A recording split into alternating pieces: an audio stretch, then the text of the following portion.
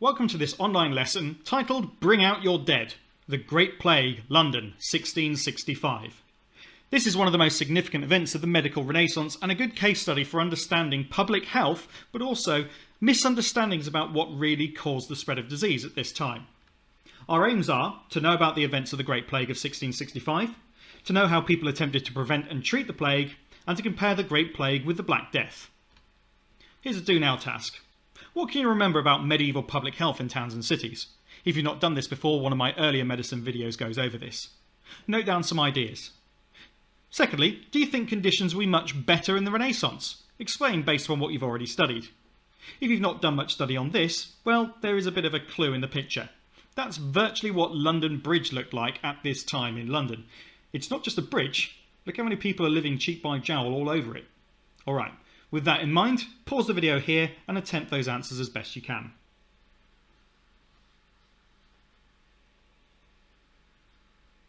So what have we come up with? The thing is, there are going to be a lot of similarities between medieval public health and the public health in the Renaissance. It's one of these areas that sees an awful lot of continuity. So some of the ways that they tried to combat the Great Plague will be very similar to things that they tried against the Black Death. After all, they were caused by the same disease. The difference is plagues were recurrent. In other words, they happened quite a lot in different parts of Europe. The difference with the Black Death is that was much more pandemic. It covered all of Europe and indeed covered much of the world. With this here, it's more of an epidemic. It happens in one specific place, in this case, London. The Great Plague of 1665. This was caused by infected fleas causing bubonic plague, in much the same way as happened with the Black Death, but they are not to be confused. So although it is quite a lot like the Black Death, in crucial ways it was not, and you will need to know the difference. One of the crucial ways that examiners might trip you up is by getting you to either think that the Black Death and the Great Plague of 1665 were the same thing, in terms of being the same event, or that you might mix the two up. So firstly, in one key respect it is different from the Black Death in that it took place in London and not the whole of Europe. And secondly, it happened 300 years after the Black Death, so they're not even really within the same time period. The Black Death was medieval, whereas the Great Plague happened within the Renaissance. We're going to start with this picture source here. It's a modern artist's impression of some of the reactions to the Great Plague of 1665. Study it closely. Your tasks are to identify as many measures to prevent the plague as you can in this picture. Secondly, and as an extension, explain what theory or theories of medicine these are related to. Are they likely to actually be effective in preventing the plague?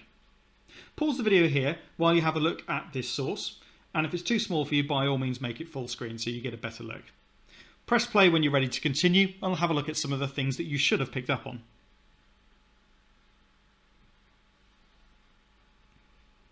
Ready? Let's have a look at some of the things you should have seen. Make some improvements to your notes now. Firstly, let's consider the common beliefs and causes that were believed at the time. Much like the Black Death, the Great Plague was believed to have been caused by God's punishment. Also, bad air and miasma was thought to have caused the disease. Contact with the dead and the disease was believed to be a way that you could catch the plague. And also cats and dogs were accused of spreading the disease. This wasn't that far from the truth, was it? Because we know it was the rats. However, persecuting the cats and dogs for spreading the disease was probably going to make matters worse if you think about it. Let's make sure that you've got all of these key examples on your work. If you haven't, add them as we go along. Just as before in the Black Death, prayer was used as a treatment and a preventative measure against the Black Death and the Great Plague alike. However, how effective this would have been is really a matter of faith. We can see that prayers are written on these doors, but that has a secondary function too, as we'll see. Also, bonfires and burning tar were lit to get rid of bad air. Remember, the miasma theory isn't just unpleasant smells causing disease. There was a belief that the air itself might be in some way poisoned. So it didn't have to be a nice smell that you replaced it with, just as long as it was a strong smell that got rid of the so-called bad air. This would not have been effective, but it was something that was widely tried. Also, taking the dead to bury them outside of the city itself. This is related to the idea that contact with the dead and disease could cause the plague to spread. Very often the dead were buried very hurriedly, as we'll see, in what were known as plague pits. Marking houses. We've mentioned this one before, but here's the purpose behind it. Marking houses prevented people from going in and catching the plague. This is a bit like quarantine or social distancing measures that we might be more used to in more modern times. Also spreading news of the plague by word of mouth, shouting "bring out your dead" and shouting where the plague had got to and how many deaths there had been. This wasn't designed to cause panic, it was designed to encourage people to take precautions and remain socially distanced. Indeed, Samuel Pepys wrote about this in his descriptions of the plague and how people were very fearful of leaving their homes. We can see this person is carrying a bell and a lantern to make sure that he's visible and people know that he's there. Also, leaving the city was tried. You notice that this family have packed their bags and they're getting ready to move. However, this was only really an option for the very richest who either had properties outside of the city like summer homes or had people that they could stay with. This might bring its own problems as well though. It could be a potential way of spreading the plague to wider areas. And lastly, the killing of cats and dogs, although I will admit this isn't actually shown in the image here, so it's something that you'll definitely want to add to your notes. Killing cats and dogs, as they were thought to spread the plague, ironically actually helped spread it, because the cats and dogs were the ones who were catching the rats who had previously spread the plague. Not that anyone would have understood that back then. Okay, pause the video here, add to your notes, and make sure you can relate these common beliefs and causes of the time to the different things that you've picked up on. And indeed, there may be some that you've picked up on that I've not identified.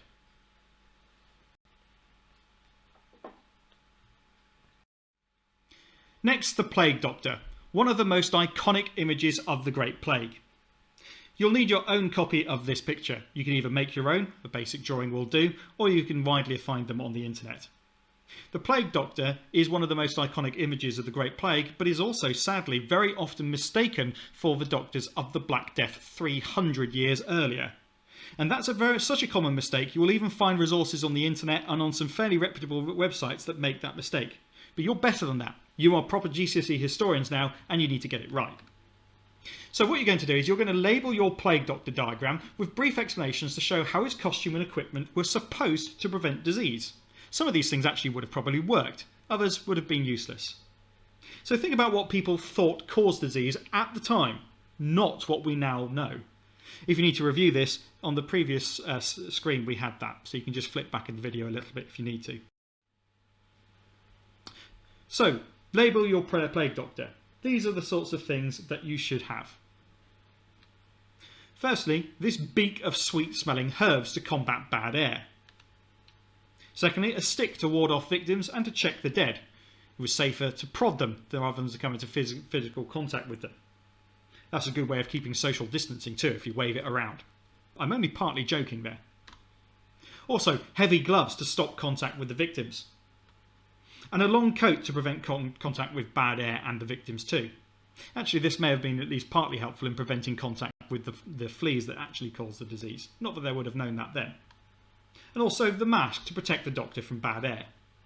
I always think that there were actually significant kind of comparisons between the Plague Doctor's outfit and modern hazmat suits where you've got full protection from the outside air. It's a similar sort of idea, but the thinking behind it is rather different. Rather than understanding that there were different dangerous pathogens and bacteria in the air that might cause disease, here they're just trying to keep the air out entirely. Not that they couldn't breathe, of course, but it's more about keeping the bad and poisoned air that they believed was around. So your tasks then. Make sure you've labelled your Plague Doctor in detail and explain which theories of the cause of disease these different features guard against. Secondly, and as an extension, how effective would such an outfit be at preventing the plague? Pause the video here and answer those questions in full sentences and make any necessary improvements that you need to.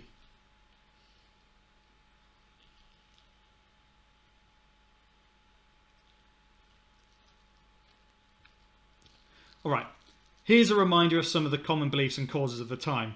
Check your work again, make sure you've got them. So the Plague Doctor's outfit doesn't really defend against God's punishment, that would be a matter of personal prayer. But the main one is that it tries to defend against bad air and miasma, especially with the long coat, the mask and the beak of sweet-smelling herbs. Also, it guards against contact with the dead and diseased. That's what the gloves, the coat and the stick are all about. Cats and dogs spreading the disease? Well, I'm sure you could ward them off with that stick if you were worried. Have a look at this Google Earth image of a part of London. This is one of the parks within Islington. Islington today is one of the more upmarket areas of London and quite a wealthy area. In the middle of it, it's got this triangular green. It is called Islington Green. And isn't it wonderfully lush and green? Some very well nourished soil there, right in the middle of the city centre. Well, there's a reason for that. All of those nitrates in the soil which are making that soil so healthy for the trees and the lawn are caused by the decayed corpses of plague victims. I wonder how many people walk past that every day and don't even give it a second thought. This is the sort of thing that would be underneath Islington Green, although admittedly this is from a different plague pit, but it would be a similar idea. There are certain things we can learn from this image about reactions to the plague. Here's your task. Study the photograph of the plague pit excavation. This was done by archaeologists some years ago. Firstly, describe what you can see in the picture. Secondly, what can you infer from this photograph about reaction to the plague? Remember, inferences go beyond the obvious. If you just write, "I can see skeletons," well, that's not an inference, that's something that's too obvious. You can use this writing frame to help you if you like. I can infer, and a detail in the source that tells me this. Pause the video while you complete this task.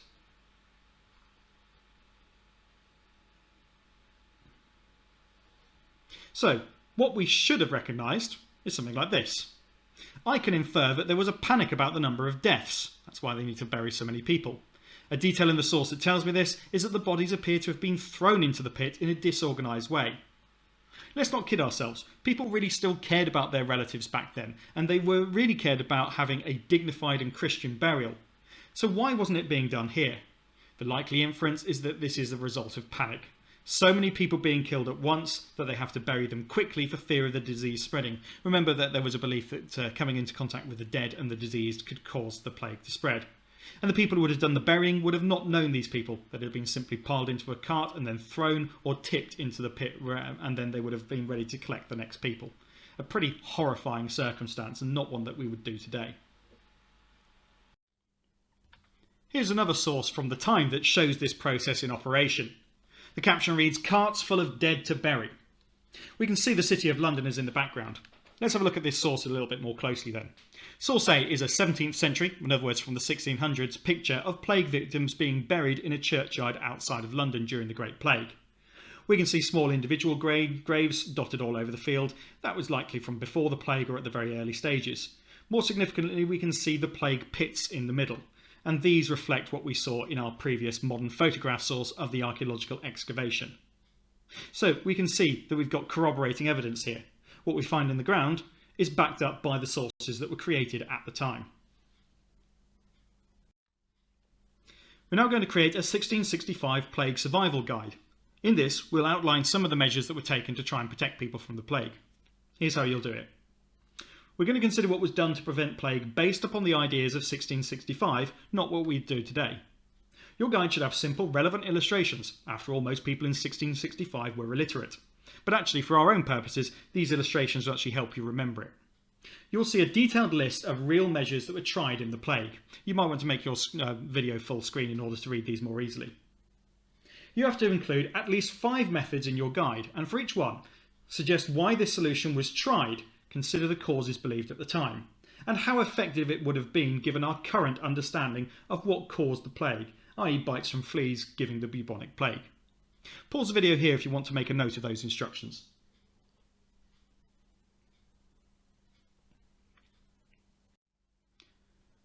The Lord Mayor of London orders you.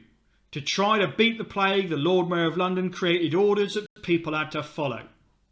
Remember, with each of these different things, you need to record at least 5 of them, say why they were tried, based upon the beliefs of the time, and also how effective they would have been. Jobs were given to people to be in charge of street cleaning and rubbish collection. Large groups of people were not allowed to meet up. Deaths had to be recorded. Infected houses had to be closed up and marked with a cross and closed for 40 days until either the person was better or they were dead. Just to interject here briefly, the idea of 40 days is related to the idea of quarantine, quarant in French meaning 40. However, more realistically, in medieval and Renaissance times, referring to something lasting 40 days just meant, it lasted a long time. Think about the reference in the Bible to 40 days and nights of rain causing the great flood in the Noah's Ark story. It doesn't literally mean 40 days, it just means for a long time, and as it says here, until the person is either better or dead. 5. Beggars are to be arrested. 6. Plague doctors are appointed to report cases of sickness. 7. Rakers clear away sewage and throw it into the river. 8. Bonfires will be lit on the street corners. 9. Watchers have got to guard the infected houses day and night, making sure no one comes in and out illegally. 10. Female searchers carrying staffs, these are big sticks, are going to examine the dead for signs of plague. 11. Public entertainments are to be stopped. 12. Dogs, cats, pigs and pigeons are banned from the streets and will be killed. 40,000 dogs have been killed in the plague. And 13. Bodies are to be buried after dark. Okay, pause the video here. Now it's time to make your survival guide. And remember, choose any 5, say why they tried that thing, in particular reference to the beliefs of the time, and also whether it would likely have been effective. Pause the video while you complete that task.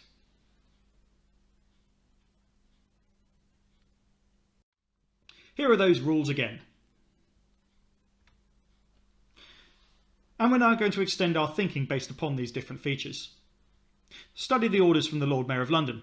Which orders would be very easy to carry out? Explain why. Which orders would be really hard to enforce? And make sure that people followed. Why would it be so difficult? Choose one measure that you think would have helped. Explain why using knowledge of what actually caused the plague, remembering that it was caused by the fleas on rats. And fourthly, choose one measure that you think would have made the situation worse. Explain why people might have thought it would work based on the ideas of the time, but why actually that wouldn't have been the case. So for this follow-up, pause the video now and complete those answers.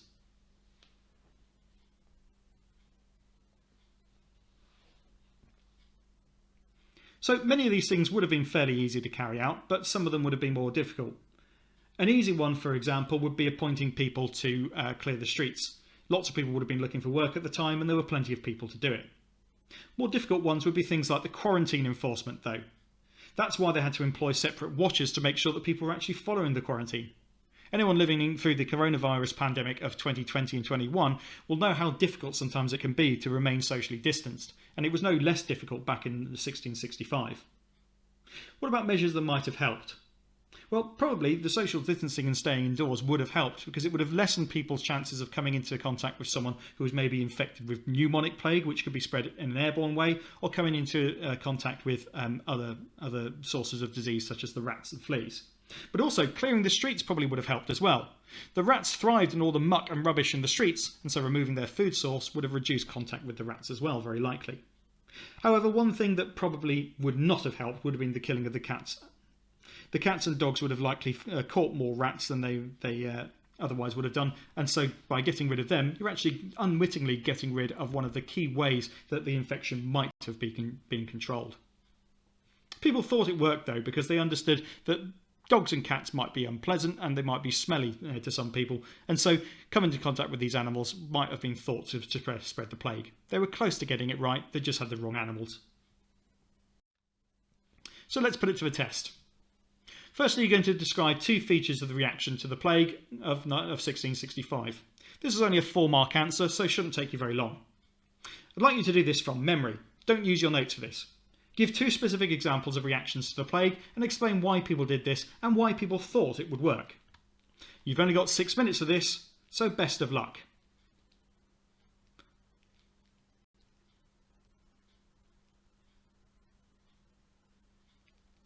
Okay, how did we get on?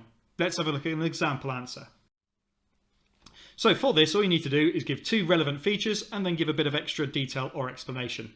I've colour coded this in my example answer with the features in blue, the extra detail in red. Feature 1. One way that people responded to the Great Plague was by employing people to clean the streets. Dirt and smells had long been associated with bad health and disease, so cleaning the streets would have removed this risk and the bad smells. Feature 2. Another response was that people's doors would be marked with a cross. People did this because they believed that contact with the dead and dying could spread the disease. That's it. A 4-mark answer only requires those 4 sentences to get full marks. Add some extra examples of your own if you need to, or if you made any mistakes, you can correct them by using some of the examples that I've got up here. Make sure you've done it in sufficient detail to get all 4 marks. Press play when you're ready to continue.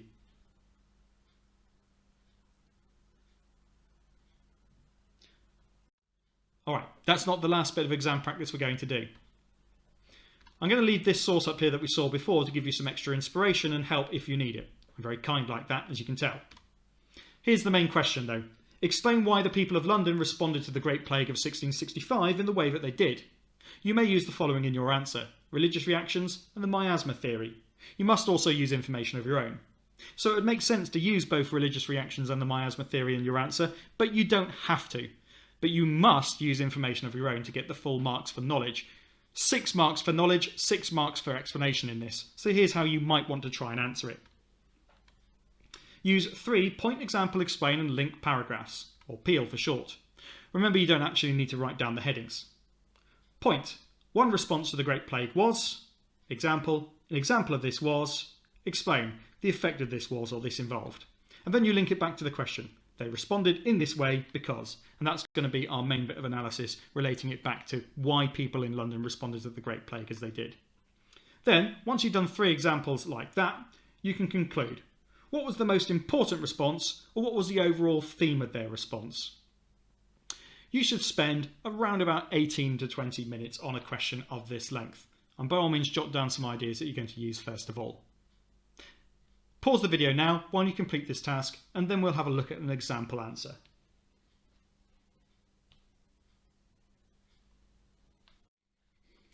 Here's my example answer. I've colour-coded my points, examples, explanations and links in these colours to make it easier to see where I've done it. Londoners responded to the plague in different ways. One way they responded was by avoiding the sick. They did this by painting crosses on the doors of houses where people with plague lived. It was hoped that by doing this, people would avoid these houses and avoid coming into contact with the plague. People responded like this because there was a widespread belief that physical contact with the dead and dying could lead to people catching the plague. They also responded to smells in the air. They burned bonfires and tar. This would have created a lot of thick, strong-smelling smoke that would fill the air. The smoke would cover up the smells of London's filthy streets. They responded in this way as people believed that miasma caused the plague, and the smoke would get rid of the bad air they believed caused it. Thirdly, people responded by praying. People were terrified of the plague, and there seemed to be no effective way of stopping it. In a religious age, it was common to rely on prayer and try and cure the sick. People responded in this way because they believed in God, believed God caused the plague, and so believed praying could make God protect them from it. So hopefully you can see here that I've linked my answer both to the theory of miasma and to religious reasons, and I've actually given my own example, which I gave it right at the start with avoiding the sick. But I'm not done yet. I need to pick up a couple more marks for my analysis, and one way of doing that is a basic conclusion. Overall, the linking theme to the responses was panic. People tried a variety of preventative measures, but they recognised that few methods were effective. This led to the creation of plague pits filled with hurriedly buried victims of the plague. Although efforts to fight the plague were more organised than in earlier outbreaks, such as the Black Death, reading between the lines, panic was caused by people's obvious powerlessness to stop the plague.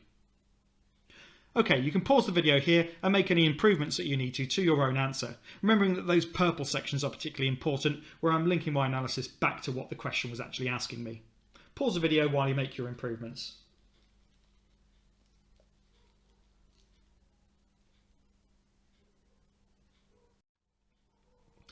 One final point. The Great Fire of London of 1666. It has often been supposed that the Great Fire of London helped kill off the plague, but this is a bit of a myth. The plague itself had already died off. It was at its height during the summer, and in the colder winter months then it was beginning to recede. However, the Great Plague of London was on the way out when the Great Fire of London struck up. So what really is the link? Well, it might be a much more indirect and unwitting one. When London's medieval streets finally burned down, they were rebuilt pretty well in the same locations, but in a slightly wider and more organised way. This cleaner, more modern London was much less likely to have the conditions in which the rats with plague would thrive. And so, perhaps in a way, the Great Plague of London helped prevent future outbreaks, but it probably didn't stop the original 1665 plague. To conclude then, the plague wiped out around 1/5 of London's population. 100,000 people died in 7 months. Many measures were taken to combat the plague, but few, if any, worked. The Renaissance period saw many scientific advances. Think about Vesalius, Sydenham and Harvey. So why didn't this help stop the plague? Give that some thought and note down your answer. Well, the truth is, much of the progress in the Renaissance related to anatomy and the understanding of how the body was structured. However, there was very little, if any, progress on the understanding of what actually caused disease.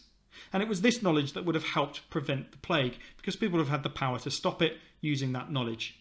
But this wasn't available, and so people were left with much older ideas about the cause and spread of disease, and very few of these worked. Nevertheless, they at least tried, and in some respects it was more organised than the Black Death. Have I mentioned that you shouldn't mistake the Black Death for the Great Plague? I'm pretty sure I have. Just make sure that you get that right. That's the end of the lesson. I hope it's been useful to you. I hope you found it interesting. If you have, give this video a like and subscribe to the channel for more of the same. Until next time, good health.